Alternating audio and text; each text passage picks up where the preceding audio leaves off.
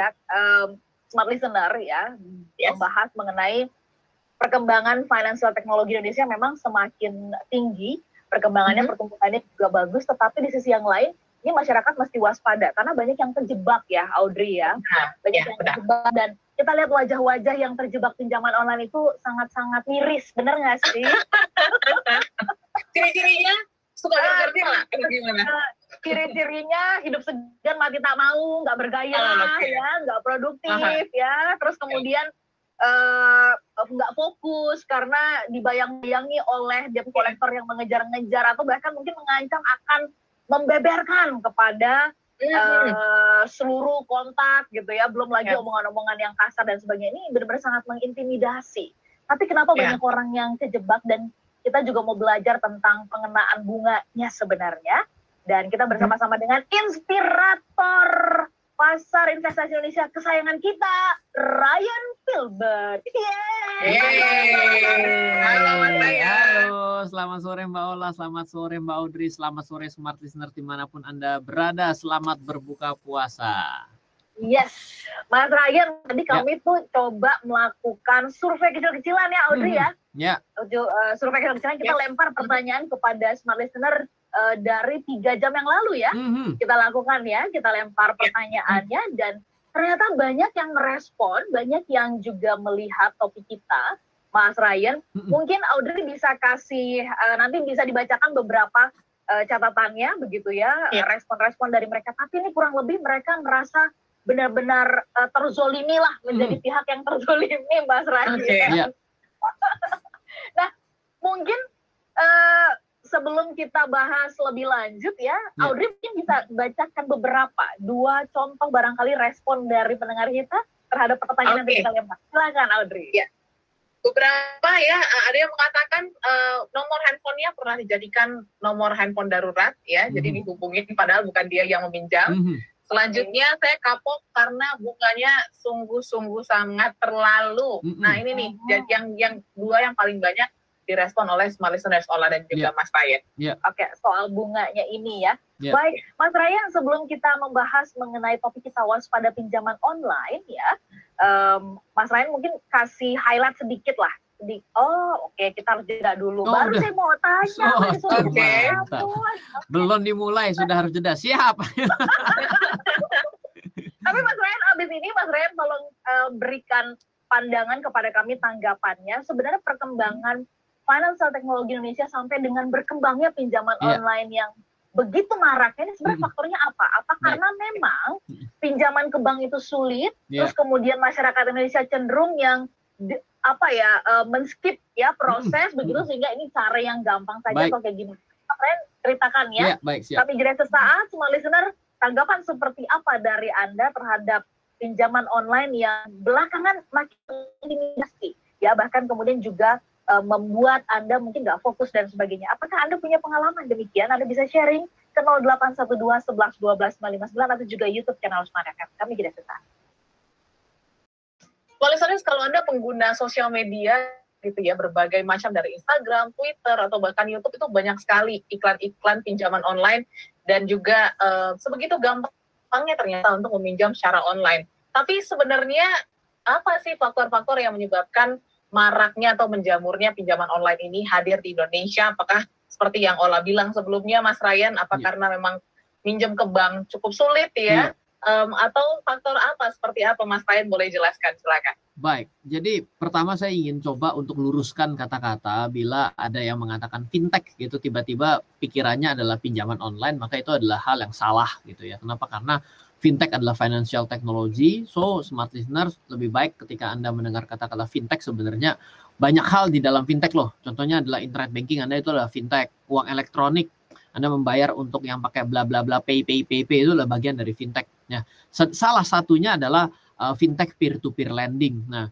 peer-to-peer lending ini kan datang dari sekitar tahun 2017 dengan menggunakan payung Peraturan Otoritas Jasa Keuangan POJK nomor 77 gitu ya. Nah, POJK 77 ini adalah pinjam-minjam berbasis elektronik. Jadi di mana sebenarnya perusahaannya ini hanya mempertemukan antara orang yang meminjam uang dengan orang yang meminjamkan. Jadi Anda yang mau pinjam dan yang mau meminjamkan itu dipertemukan di platform ini seperti itu. Nah, jadi sebenarnya kalau dibilang kenapa menjadi menjamur, kenapa yang menjadi pada hari ini begitu besar, kita tahu gitu ya, karena dengan beberapa catatan, ada 2 catatan. Yang pertama karena ini adalah eranya online. Yang kedua karena zamannya memang dalam kondisi sedang terjadi suatu turbulence sehingga mengubah pemetaan pendapatan seseorang sehingga dia cenderung untuk mau pinjam uang gitu. Nah, kenapa juga menjadi gampang adalah karena bentuk scoring yang berbeda dibandingkan bank.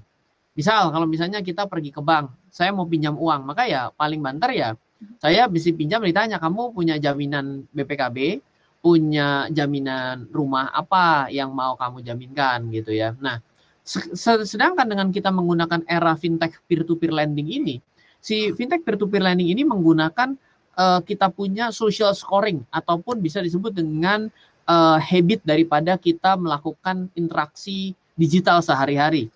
Misal, saya sering berbelanja di salah satu marketplace. Dengan saya sering berbelanja di marketplace tersebut, maka secara tidak langsung saya bisa di-scoring bahwa saya secara alamat diketahui, lalu dikirim sering kemana, nilai transaksi per bulan seberapa, itu tercatat. Maka secara tidak langsung maka bisa diukur sebenarnya kalau saya mau dipinjamin uang itu saya punya kemampuan untuk bayar berapa. Ataupun saya memiliki bisnis yang saya taruh kepada sebuah marketplace. Setiap bulan saya jualan berapa banyak, saya paling banyak jualan apa. Secara tidak langsung kan saya tidak bisa mengada-ngada dengan kondisi tersebut gitu ya. Atau ada lagi yang lebih unik. Yang dihitung adalah dari peer-to-peer lending itu dihitung adalah berapa lama umur dari sebuah nomor handphone yang kita gunakan. Oh, ternyata Mbak Ola sudah menggunakan nomor handphone baru seminggu. Ryan sudah menggunakan nomor handphone 12 tahun. Mbak Audrey dari lahir misalnya. Itu scoringnya beda. Kenapa? Karena Mbak Audrey ternyata sudah cukup lama, berarti memiliki suatu asumsi dasar bahwa Mbak Audrey ini adalah orang yang dapat dipercaya. Kenapa? Karena nomor handphonenya jarang ganti-ganti. Sedangkan kalau saya ternyata seminggu sekali ganti. Itu lebih tidak bisa dipercaya gitu. Jadi metode scoring seperti ini tidak dimiliki oleh bank dan tidak bisa diadopsi oleh bank. Kenapa? Karena bank adalah industri yang sudah cukup jauh rekam jejaknya, prinsip kehati-hatiannya sudah jelas, ada namanya 5C. Kalau tidak ada jaminan maka masuknya adalah pinjaman KTA, kredit tanpa agunan, ataupun juga menggunakan kartu kredit. Nah, dan juga melakukan yang namanya SLIC ya kan. Dulunya BI checking sekarang menjadi SLIC. Di peer-to-peer lending itu hal tersebut menggunakan sistem scoring yang baru. Seberapa banyak sosial media yang kita miliki, semakin banyak sosial media dan akun yang sudah lama, itu menjadi scoring buat kita. Jadi, itulah yang menyebabkan kenapa pada hari ini berkembang dengan cepat. Kenapa? Karena semua orang pada hari ini bersosial media ria. Hari ini menggunakan yang namanya transaksi online ria, secara otomatis itu bisa menjadi dasar daripada pinjaman. Nah, kalau nanti dipertanyakan mengenai bahaya yang terjadi, sesuatu itu selalu berjalan 2 sisi. Sesuatu kecepatan yang tinggi akan mendatangkan suatu bahaya yang ada di sebelahnya. Suatu hal yang lambat akan menyebabkan bahaya juga. Pak, sebentar ya Pak, pinjaman Bapak 2 bulan lagi baru saya proses. Orangnya udah nggak punya duit, udah langsung mati. Akibat karena terlalu lama gitu. Jadi sesuatu ini terjadi di 2 sisi. Ada plus minus gitu ya. Iya, ketika ini terlalu cepat maka akan cepatnya ini akan dikonter dengan yang namanya bunga yang lebih tinggi. Kan pasti seperti itu ya. Kalau enggak kan mana ada orang yang mau meminjamkan. Misal, Pak, Mbak Ola mau nggak minjemin uang di peer-to-peer lending? Berapa bunganya? Ya lebih rendah dari bunga bank. Ya mendingan saya pergi ke bank lah, kan begitu dong. Saya mendingan nabung di bank aja daripada saya minjemin di peer-to-peer lending. Nah, itu adalah trade-off. Jadi saya berbicara dengan 2 sisi gitu ya, karena saya juga orang yang berada di industri fintech juga. Jadi saya ingin menjelaskan bahwa ya kenapa bisa menjamur? Ya karena karena beda gaya scoringnya. Yang kedua adalah memang pada saat ini orang memiliki kredibilitas di bagian ini tuh menjadi rame, dan dengan ditambah perubahan suatu perekonomian yang terjadi dalam beberapa tahun ini karena akibat pandemi juga, ya itu menjadi suatu pilihan. Kalau nggak dia sudah mati duluan pergi ke bank kan bisa jadi seperti itu ya. Jadi kira-kira seperti itu. Oke. Mas Ryan, kalau tadi Mas Ryan mengatakan ini kan memang eranya online, nggak ternafikan lah gitu ya. Kita akhirnya masuk di dalam turbulensi itu sendiri gitu ya. Nah, tetapi kalau menurut Mas Ryan, masyarakat kita sebenarnya siap nggak sih gitu ya? Literasinya tuh udah siap apa belum? Karena saya coba ingin merasakan dan meresapi gitu ya. Kan ya saya ada tim yang kemudian menurut dia akhirnya gali lubang tutup lubang. Saya pengen ngerasain ini gali lubang tutup lubang tuh maksudnya kayak apa sih gitu ya. Dan kemudian saya mencoba Mas Ryan, dan setiap kali memasuki sebuah aplikasi pinjaman online kan itu ada disclaimer, ada dari mereka yang perlu kita baca. Ya itu banyak bacaannya. Betul. Saya menduga, mohon koreksi kalau salah, saya menduga banyak orang akhirnya men-skip untuk membaca karena pengen buru-buru gitu. Apa tanggapan Mas Ryan? Oh iya, sekarang saya cuma pertanyaannya gampang ya. Mbak Ola apa punya handphone? Pasti punya toh? Punya. Oke, Mbak Audrey punya, Smart Listener juga punya, udah pasti gitu ya. Pertanyaannya, emang pernah baca buku manualnya? Saya baca dong. Benar, oke. Mbak Audrey? Mbak Audrey? Balik doang ya. Baca sekilas. Baca sekilas. Oh ini bagus, karena banyak orang yang nggak baca. Banyak orang yang nggak baca. Ada orang yang lah ya, ada kemajuan. Betul. Lah jadi sebenarnya buku panduan itu memang harusnya dibaca. Bagaimana cara ngecas yang baik, bagaimana cara menyalakan handphone, bagaimana. Itu harus dibaca. Nah, masyarakat kita ini adalah gemar bertanya, sedikit membaca. Itu kita harus akui. Gitu. Gemar bertanya, sedikit membaca. Betul. Makanya ketika Anda membuat sebuah call center dan WhatsApp center, itu akan jelas orang walaupun sudah tertulis, dia akan pergi ke WhatsApp center untuk menanyakan apa yang sudah tertulis. Nah, ini adalah kelemahan di dalam dunia digital, di mana semuanya ada di depan layar kita scroll sampai bawah dan kita pencet yes. Kita tidak tahu bunganya berapa, kita tidak tahu hitungannya seperti apa, kita tidak tahu data apa yang akan diambil, kita tidak tahu konsekuensinya apa, dan kita pencet yes. Jadi sebenarnya saya bukan mengatakan bahwa ada trik-trik untuk kita bisa menyiasati hal tersebut. Tapi ada trik-trik hal tersebut yang pada akhirnya ketika terjadi sesuatu yang kita tidak inginkan, yaitu tidak kita inginkan bersama, yaitu adalah Anda tidak bayar, dan pinjaman online itu mulai merangsek kepada kehidupan Anda, ada sebenarnya yang bisa jadi Anda setujui. Misal, meskipun ini tidak boleh kalau pinjaman online-nya resmi dari OJK. Misal dalam tulisannya itu tertulis, bila Anda tidak bayar, maka saya akan hubungin cucu, cicit, kakek, nenek, dan buyut. Dia scroll sampai bawah dan mencet yes. Apakah salah? Yang salah yang mencet dong. Tapi sebenarnya di bagian si pinjaman online itu juga tidak boleh. Kenapa? Karena di pinjaman online yang terdaftar dan diawasi OJK sesuai dengan peraturan Otoritas Jasa Keuangan POJK 77 dan juga menginduk kepada Asosiasi Fintech Pendanaan Bersama Indonesia, maka hanya diperbolehkan untuk mengakses 3 hal. Yaitu adalah kamera, email, dan location. Lain daripada itu tidak boleh. Gitu. Jadi kalau misalnya dia mengakses sampai dengan phonebook, gitu ya, merecord phonebook percakapan kita, SMS kita, itu sebenarnya sudah menyalahi aturan. Jadi yang paling krusial pertama kali harus Anda lakukan, selain scroll-scroll itu adalah ketika aplikasi terinstall, itu di awal aplikasi itu meminta izin untuk sesuatu. Betul. Jadi ketika mengakses lebih daripada 3 yang dimaksud tadi, maka secara otomatis itu sebenarnya adalah ciri aplikasi yang nggak benar.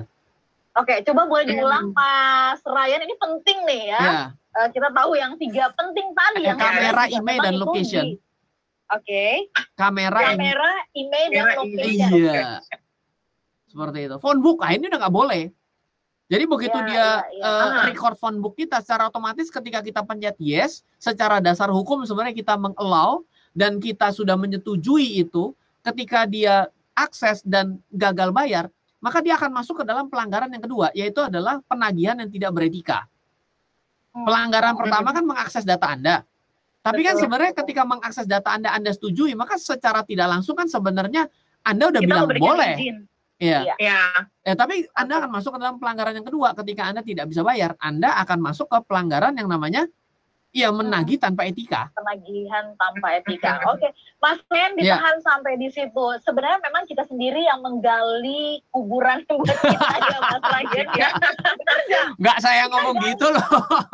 Gali lubang tutup lubang tadi. Mohon koreksi nih, nanti tolong dibenerin, bener nggak? Kalau kita sendiri sebenarnya menggali buat kita sendiri gitu. Siap. Tapi nanti kita bahas lebih lanjut. WhatsApp dari Anda, pengalaman dari Anda berpinjaman online ini, mungkin Anda bisa sharing dan pelajaran-pelajaran apa yang bisa Anda sharing dan Anda dapatkan. Kami tunggu di 0812 11 12 959 dan juga YouTube channel Smart FM terbuka untuk Anda pergunakan. Kami jeda. Palembang, Manado, Makassar, dan juga Balikpapan, Banjarmasin, serta Surabaya, Yogyakarta, Jakarta, dan kota-kota lain yang sedang mendengarkan kami baik secara live streaming di YouTube atau mungkin secara on air. Kami sedang memperbincangkan tentang waspada pinjaman online. Karena seperti yang sebelum-sebelumnya kita bicarakan ya, Mas Ryan dan juga Ola, bahwa kadang kita juga kurang teliti nih dalam meminjam secara online. Sebelumnya tadi Mas Ryan share bahwa ada kamera, email, dan juga location ya yang hanya boleh diakses oleh situs ataupun platform pinjaman online. Selain itu ada apa-apa lagi nih Mas Ryan yang misalnya bisa kita lebih concern lagi supaya kita tidak terjebak dalam pinjaman online yang mungkin yaitu justru bikin pusing gitu ke belakangnya. Silakan Mas Ryan. Tadi email, bukan email tapi mikrofon ya. Oke. Mikrofon. Oke, dan location. Kamera, mikrofon, location. Yes, seperti itu ya. Nah, kita akan coba lanjutkan. Pertama, saya sih mau coba berada di dunia yang netral gitu ya. Saya juga tidak menyalahkan daripada si penyelenggara, tapi saya juga ingin bertindak netral pada kedua belah pihak. Yang pertama, saya ingin menggarisbawahi bahwa pastikan kalau Anda pinjam ini Anda niat bayar gitu. Ini bukan duit turun dari langit yang tidak ada juntrungannya. Anda karena sudah sesak napas, tidak punya uang, Anda install seluruh aplikasi, Anda pencet tombol yes sampai bawah duitnya ditransfer. Terima kasih ya, bye gitu. Itu namanya memang Anda sebenarnya tidak layak pinjam, tapi Anda cocoknya adalah dikasih duit gitu ya, bukan pinjam. Itu pertama ya, awareness-nya yang pertama bagi orang yang mau pinjam. Nah, lalu kedua adalah ketika Anda memang mau pinjam, yang pertama harus Anda lihat adalah seberapa bayarnya. Jangan dilihat dari besarnya cicilan, tapi dilihatlah dari persentase bunganya. Kelihatannya sih murah, cuma 50.000 per hari gitu misalnya ya. Ternyata pinjamnya 1,5 juta. Suruh lunas dalam 2 bulan harus bayar 50.000 per hari. Selama 30 hari. Berarti kan 3 juta dong pelunasannya. Berarti bunganya 100%. Wah Pak, bunga 100% kan gede loh. Ntar dulu, gede dan tidak itu kan harus kita lihat secara siapa yang mengukur gitu. Kalau buat saya 100% itu besar, 1 bulan 50% besar. Nah, ada sebuah aturan dari asosiasinya, dari AFPI, itu memang nilai yang diperbolehkan adalah 0,8% per hari. Kalaupun dikali 30 itu menjadi 24%. Itu yang nilai maksimum yang bisa diterima dari sudut pandang si lender. Nah, tapi kalau kembali lagi mengikut daripada si borrower, ya itu mesti hitung-hitung lagi gitu loh. Apakah nilai tersebut bisa diterima atau tidak. Nah, hati-hati juga kadang-kadang berhati-hati dengan yang namanya potongan biaya di depan. Ada yang namanya biaya administrasi. Itu bunganya kecil, biaya administrasinya gede. Itu pun strategi yang digunakan perbankan pada hari ini. Pak, Bapak pinjam aja Pak, bunganya 3 bulan 0%. Oke. Berapa biaya administrasinya? Cukup 500.000 saja Pak. Loh, kalau dihitung-hitung ternyata setara 2,5% per bulan. Berarti kan 3 bulan saya dikenakan 7,5%. Ya lumayan gede juga. Tapi lebih kecil dibandingkan bunga kartu kredit. Jadi kita harus bisa menghitung sebenarnya bukannya ada bunga-bunga besar, bunga kecil. Pertama sih, apakah Anda mampu mau bertanggung jawab untuk melunasi. Tapi kalau ternyata banyak orang yang memang akhirnya karena kepepet, dia asal pencet ya seperti yang tadi Mbak Ola bilang. Itu yang sebenarnya kan sudah salah gitu ya. Nah, sekarang kalau kita geser kepada pihak penyelenggaranya. Penyelenggara itu ada yang memiliki izin, ada yang bergerak secara ilegal. Nah, kalau memiliki izin, maka dia ada di dalam harus bisa mengikuti aturan daripada otoritas jasa keuangan sendiri. Ya, satu, mengakses, tidak boleh mengakses yang lain. Mengakses phone book, lalu habis itu ketika gagal bayar, dia tiba-tiba menteror anaknya, cucunya, cicitnya, tetangganya, asal tembak aja gitu ya. Gitu ya. Banyak yang terjadi itu. dia misalnya dia broadcast tuh, dia masukin dalam satu grup, dia broadcast. Si ini tidak lagi bayar, tolong kasih tahu. Itu adalah namanya metode penagihan yang tidak beretika. Nah, kalau ditanyakan etika penagihan seperti apa, yang namanya pinjaman itu kan terjadi bilateral. Oleh karena itu ya ketika saya meminjam, Mbak Ola harus tagih ke saya. Tidak bisa tagih kepada anaknya gitu. Karena apa, yang pinjam tuh saya. Gitu. Tidak bisa tagih ke tetangganya. Woi, itu tetangga lo nggak bayar ya, bilangin tuh suruh bayar. Nah, kayak gitu-gitu yang datang hitam sampai kalau kelihatan dingin ngumpet di belakang pohon nggak kelihatan, gitu kan, ototnya keker gitu kan, kayak Mike Tyson gitu. Itu tetap tidak boleh. Anda boleh minta perlindungan konsumen kalau terjadi seperti itu. Jadi ciri-cirinya mereka akan menjadi brutal dan buas adalah ketika Anda menutup akses. Jadi yang benar ketika tidak mampu bayar adalah Anda harus bisa menerima. Kalau memang tidak bisa menerima ya Anda mesti cari pengacara lah. Masa iya Anda punya 1 juta pinjaman, abis itu Anda hire pengacara kan juga konyol juga ya kan? Tapi bayar pengacara. Iya. Pinjamannya berapa Pak? 1 juta. Sebentar ya, bicara sama pengacara saya. Wah, ini namanya ngetes mental. Nggak masuk akal. Ini mau bunuh tikus tapi yang bawa basoka, bukan racun, pakai basoka. Serumah-rumahnya bablas gitu. Serumah-rumahnya hancur ya. Mas Ryan, ini loh yang menarik. Tadi Mas Ryan katakan perhitungan bunga ini nih yang seringkali kita abaikan. Kita menganggap bahwa ini kecil, tapi kemudian setelah diakumulasi ini sangat besar banget gitu. 0,08%. Saya tahu ada yang bahkan 0,08 ya. Bahkan ada, oh sorry, 0,8. Aku kurang-kurangin ya. Bahkan saya tahu ada yang ya dia hanya 0,5% lah ya, ada juga tuh yang seperti itu. Dan kemudian saya akui juga ada juga pinjaman-pinjaman online peer-to-peer lending yang cukup beradab ya. Misalkan pinjam misalkan 1.500.000 misalkan seperti itu, lalu kemudian kita ditransfernya misalnya 1.400.000 sekian gitu ya, itu ada biaya potongan dan nanti kita harus mengembalikannya itu 1.500.000 sekian gitu. Saya pikir yang seperti ini masih beradab nih, berarti benar gitu ya. Masuk kategori yang artinya masuk dalam catatannya OJK. Nah, Mas Ryan, kata-kata diawasi OJK ini menjebakkan. Seringkali kalau kita lihat ini diawasi OJK, yang benar tuh sebenarnya apa? Terdaftar di OJK, diawasi OJK, atau gimana Mas Ryan? Ya, jadi kalau misalnya Smart Listeners mau tahu dalam skala perizinan daripada peer-to-peer lending atau pinjam-meminjam berbasis elektronik ini, ada 2 tahapan. Yang pertama adalah terdaftar. Jadi bila pada 1 tahun pertama itu dia mulai mendaftar ke OJK dengan melengkapi berbagai macam requirement yang diminta dan penyetoran modal yang sudah mencukupi standar, maka dia terdaftar. Setelah 1 tahun dia harus meningkatkan perizinannya dan memperbesar skala modalnya. Sehingga dia menjadi berizin. Sehingga kalau misalnya mengetahui sejak beberapa tahun yang lalu, untuk perusahaan-perusahaan industri yang berada dalam industri keuangan dan diawasi oleh OJK itu diwajibkan untuk menulis di bawah adalah terdaftar dan diawasi oleh otoritas jasa keuangan untuk memastikan bahwa mereka memang sudah mengikuti daripada aturan-aturan daripada OJK dan berinduk kepada asosiasi.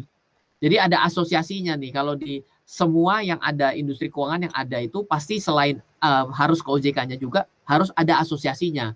Nah, biasanya untuk informasi-informasi yang harus kita patuhi itu terupdate melalui asosiasi. Ya, yang paling pertama kita harus akui itu adalah namanya etika gitu ya. Nah, etika penagihan, etika untuk men-charge daripada aspek bunga ini, aspek untuk dikembalikan kepada orang yang meminjamkan, itu ada aturan-aturan seperti itu yang terupdate, karena kan yang namanya peraturan OJK ini kan perlu suatu revisi dan itu kan akan panjang sekali. Jadi selain kita harus mengikuti aturan daripada peraturan otoritas jasa keuangan, kita juga bisa mengikuti daripada arahan-arahan dari asosiasi seperti itu. Baik, ya, ini kita supaya jadi semakin paham ya, ternyata ada tahapan-tahapan yang seperti itu. Mas Ryan, bagaimana kita bisa mengidentifikasi, yang mendeteksi bahwa peer-to-peer lending yang sedang mengejar-ngejar kita untuk menawarkan ini biasanya kalau pada saat menawarkan manis rayuannya kan dan banyak gombalnya gitu ya.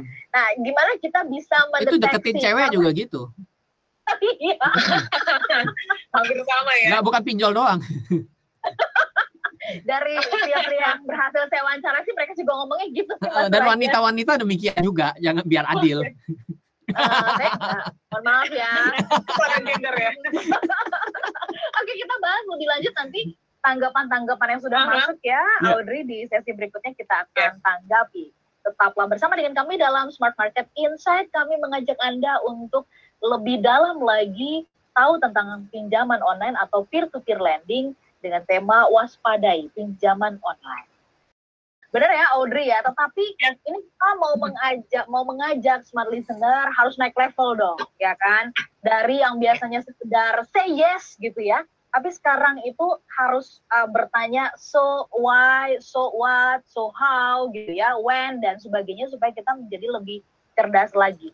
Kita nggak boleh jadi bulan-bulanan konsumen semata-mata begitu yang dikejar oleh para pemilik uang masuk ke Indonesia, tetapi itu juga mesti harus lebih cerdas. Nah, tadi pemaparan dari Mas Ryan kita jadi ngeh ya, Audrey ya, kenapa diminta itu kamera, mikrofon, location. Nah, di luar itu tadi disampaikan oleh Mas Ryan mesti berhati-hati.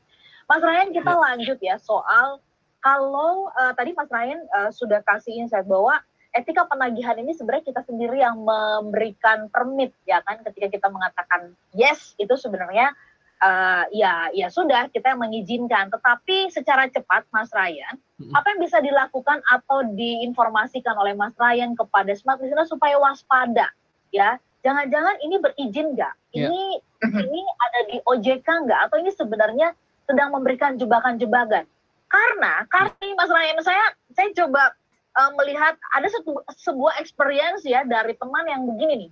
Jadi beliau sedang terlibat pinjaman-pinjaman lalu kemudian dikejar-kejar untuk membayar. Saking paniknya, lalu kemudian ada aplikasi yang nagih-nagih gitu. Nagih-nagih tuh saya tanya, kamu pinjam di situ nggak? Nggak tahu ya, pinjam apa enggak gitu. Tapi akhirnya karena sudah diancam bahwa nanti akan disebarkan, dia bayar. Ya, dia transfer Mas Ryan. Begitu sudah sadar, sudah tenang, saya tanya, kamu sudah pinjam nggak? Kayaknya enggak deh. Tuh. Cerita baru ini. Amat baik. Kok bisa digedam dan kemudian dimanfaatkan gitu loh oleh pihak-pihak. Mas Ryan, mohon berikan penjelasan. Ya, baik. Jadi pertama, kalau misalnya bertanya apakah sebuah fintech peer-to-peer lending ini terdaftar atau dapat kita pastikan dia ini jelas asal-usulnya adalah kalau dia masuk ke dalam penyelenggara fintech lending terdaftar dan berizin di OJK. Anda boleh googling saja dengan kata kunci penyelenggara fintech lending terdaftar dan berizin dan akan diarahkan ke ojk.go.id karena panjang sekali. Anda bisa coba cari dan itu selalu terupdate dan berdasarkan yang saya dapat ini aja 23 Februari 2021 last update. Berarti sangat update kan. Nah, lalu itu yang pertama. Ketika Anda mendapatkan di luar daripada ini, Anda mungkin curiga bahwa dia itu mungkin berizin tapi terlewat dicatat OJK misalnya gitu.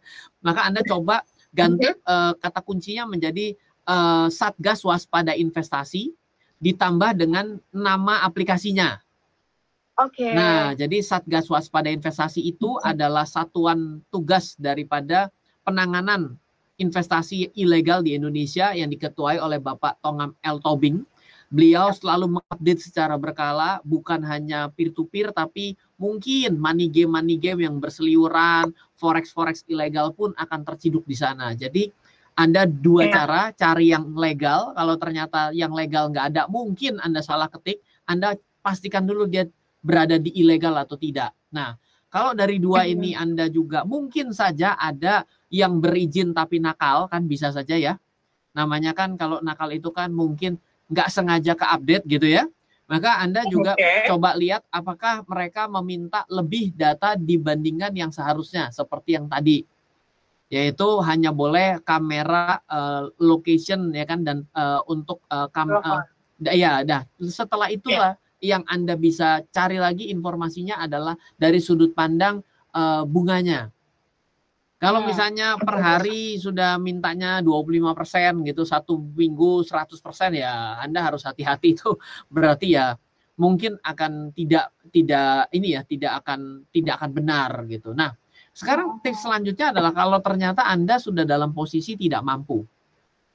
dan Anda di perusahaan yang berizin ataupun tidak berizin lah gitu ya. Maka yang harus Anda lakukan adalah jangan Anda tutup telepon Anda, jangan Anda matikan, tapi Anda harus berani menghadapi. Apalagi pesawat mode on ya. Iya, kalau Anda tidak hadapi, dia akan beringas. Jadi kalau Anda tidak hadapi, siapapun yang menagih itu akan naik terus levelnya untuk menjadi semakin galak. Karena apa? Karena pada akhirnya ya Anda seharusnya harus bayar kalau namanya Anda sudah pinjam gitu ya. Kalau Anda mau nggak bayar namanya minta.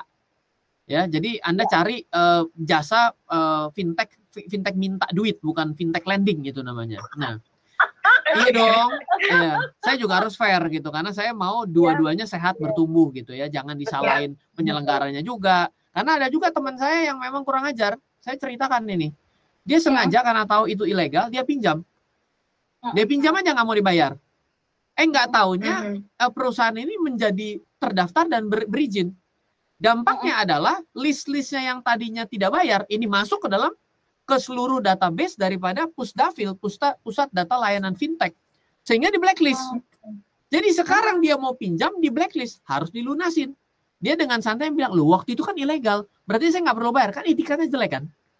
Iya. Nah, yang kayak begini-begini emang mesti dihanguskan dari muka bumi kalau saya bilang.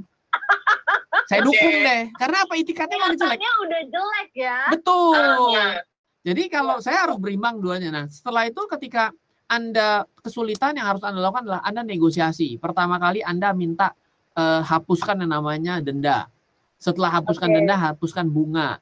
Lalu renegosiasi mengenai cara bayar. Mau diperpanjang, minta didiskon bayar sekalian, Anda mau dengan skema baru, silakan Anda negosiasikan. Sampai ketemu jalan tengahnya.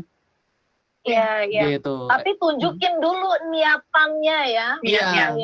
Ketika Anda menjadi orang yang sadar hukum, mereka juga jadi orang yang takut kok. Begitu dia naikin nada atau bilang, saya akan ancam ke bos Anda, bilang, ini kan adalah bilateral dengan saya. Hukum di Indonesia itu saya yang berhutang. Kalau Bapak melakukan suatu tindakan-tindakan di luar daripada etika code of conduct penagihan, maka Bapak akan saya laporkan karena Bapak mencederai daripada pasal untuk perlindungan konsumen. Saya konsumen Anda loh. Jadi kalau Anda nggak beres justru malah jadi sasaran empuk saya. Tolong bantu saya bekerja sama karena saya punya itikat mau bayar. Tapi tidak mampu. Bukan tidak mau bayar gitu. Jadi ada kata kuncinya adalah saya mau bayar tapi saat ini tidak mampu. Mari kita duduk dan negosiasi. Tapi jangan bilang kalau gua nggak mau bayar mau apa? Lah ini namanya mau ngajak duel. Iya. Panas ya. Jadi bener, udah nantangin terus kemudian juga handphonenya pesawat mode on gitu kan sepanjang hari. Betul. Jadi dua sisi sama-sama salah gitu. Ketika yang mengambil database Anda itu dia curang, tapi Anda juga curang karena satu sisi Anda nggak mau menemui dia kan. Ya akhirnya kan akan terjadi sesuatu gesekan. Nah gesekan ini yang akhirnya tiba-tiba begitu meledak. Tiba-tiba ikut ke perlindungan konsumen, saya ditagih dengan cara yang tidak punya etika ya. Sama aja, ini kan karena dua-duanya akhirnya saling mencederai suatu perjanjian kan? Betul. Gitu. Ya. Intinya adalah sebenarnya ini kita dituntut kedewasaan ya, Mas Ryan ya, ketika berani memutuskan dan say yes gitu ya. Harusnya sudah terkonfirmasi apa konsekuensi. Nah, ini memang tantangan. Jangan hanya mengejar soal gaya hidup ya dan kemudian kecepatan kita bisa dapat duit. Begitu nggak sih Mas Ryan? Iya, karena tadi kan di awal kan Mbak Ola tanya bagaimana dengan kondisi seperti ini apakah diuntungkan dan tidak. Saya bilang suatu kecepatan itu akan di sampingnya tuh ada suatu risiko yang mengintai gitu ya. Ketika kita scroll paling bawah kita pencet yes tanpa kita baca, kita banyak hal yang nggak tahu. Ternyata bila Anda tidak melunasi maka istri Anda jadi punya saya kan bisa jadi juga dengan cara yang sangat ngaco gitu bisa nggak? Iya bisa kan? Yang bilang yes gitu ya. Dia yes gitu. Terus begitu nggak bayar didatengin. Ayo istrinya buat saya loh. Pak siapa yang pernah menyetujui? Lo Anda loh menyetujui. Anda menandatangani secara digital loh dengan menggunakan transaksi tanda tangan elektronik yang diakui secara hukum sah ya sudah. Ini kan jadi dua belah pihak ya susah. Siapa yang mau dirugikan ya adalah orang yang nggak mau baca intinya gitu. Ya. Oke, Mas Ryan, ini minta maaf banget kepada listener, kita sampai nggak sempat menyapa. Mungkin secara cepat, Audrey mungkin bisa kasih tahu responnya apakah sedemikian antusias baik di YouTube dan juga WhatsApp. Silakan. Ya mungkin beberapa yang menarik ya, masalah denda ini juga cukup banyak dibahas dan juga ada beberapa yang meminjamkan KTP-nya dan juga handphonenya. Justru bukan dia yang pinjam, tapi jadi sasaran juga nih. Ini yang juga serem ya. Hati-hati ya, identitas ini adalah sesuatu yang paling berharga dari integriti kita. Jadi ketika Anda pinjamkan kepada orang lain dengan alasan apapun, ini konsekuensinya besar. Contoh, ternyata ada orang yang membuka rekening, dijual rekeningnya dipakai untuk penipuan. Anda jadi orang yang ikut bermasalah loh. Cuma terima uang 500.000, Anda jual rekening Anda, ternyata dipakai untuk penipuan atau jadi bandar narkoba. Anda yang dicari loh. Ya, ini Anda jangan sampai salah gitu ya. Ini adalah identitas. Di mana identitas kita makin hari ini akan semakin tersinkronisasi satu sama yang lain. Orang saya baru buka data saya gitu ya. Begitu saya lihat daripada Pevindo Biro Kredit, itu perubahan sedetail nama titiknya saja dari Ryan F. Wijaya jadi Ryan Filbert Wijaya. Itu tuh tercatat loh, berkali-kali tercatat. Saya bilang amazing banget gitu ya. Bayangkan ini baru titik sama nama panjang. Apa nasibnya Anda kalau Anda kasih KTP Anda dan ternyata Anda dibuat hal yang jelek. Please berhenti lakukan itu. Oke, Mas Ryan, thank you. Kita harus bungkus perbincangannya. Terima kasih sudah memberikan insight yang begitu banyak banget. Banyak sekali daging-daging yang akhirnya membuka pandangan kita ya. Jangan buru-buru tekan yes, pelajari dengan tepat kalaupun memang Anda membutuhkan pinjaman secara online. Tetapi juga harus gentle dan dewasa hadapi kalau memang ternyata Anda bermasalah atau artinya dalam kondisi sulit untuk melunasinya, tetapi miliki itikat yang baik. Oke, Mas Ryan, thank you. Sudah tuntas pembekalannya sore hari ini ya. Audrey, kita pamit ya. Minggu depan kita jumpa kembali. Anda yang nggak sempat bisa saksikan kembali siaran ini di YouTube channel Smart FM. Kami pamit, saya Nurlija. Saya Audrey Jonan. Dan saya Ryan Filbert. Kami bertiga mengucapkan terima kasih, selamat malam, dan sampai jumpa. Dadah. Thank you. Mas Ryan, thank you. Thank you. Ya, dadah. Saja Anda simak Smart. Halo. Terima kasih sudah menyaksikan video di RF Channel on YouTube. RF Channel adalah channel edukasi untuk kita secara bersama-sama belajar dan mendapatkan aktualisasi mengenai investasi, keuangan, dan bisnis bersama saya, Ryan Filbert, dan tim. Add nomor WhatsApp saya di 0895 07 08 0789 0895 07 08 0789. Download aplikasi MyRF di Android atau iOS untuk mendapatkan artikel dan tema-tema khusus mengenai edukasi investasi, keuangan, dan bisnis pada aplikasi MyRF sekarang juga. Setiap bulan, saya bersama dengan tim memiliki kelas, mulai dari belajar trading dengan analisa teknikal, yang strateginya bisa Anda terapkan pada seluruh market, mulai dari saham, forex, hingga cryptocurrency, atau kelas investasi saham bernama Fundamental Camp. Untuk mengetahui kelas lainnya dan bertanya mengenai kelas, hubungi tim sekarang juga di 0852 882 6187. Sekali lagi, 0852 882 6187. Semoga terus bermanfaat. Dari saya Ryan Filbert, salam investasi untuk Indonesia.